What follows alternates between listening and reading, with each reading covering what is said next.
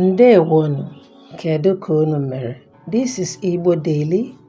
Today we'll be talking about Igbo Ahia, market Igbo, the Igbo that you find in the market. Ahia means market. So one of the most common things that we find in the market are foods. We'll be talking about various things, but today we'll be talking about the foods that we find in the market.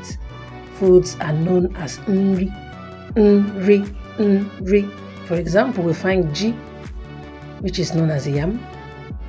Ji, which is known as yam. Osikapa, that is rice.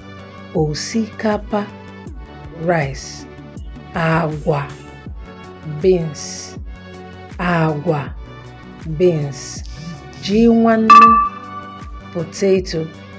And jioko, plantain. So these are various foods that you find in the market. Please go out today and use one of them.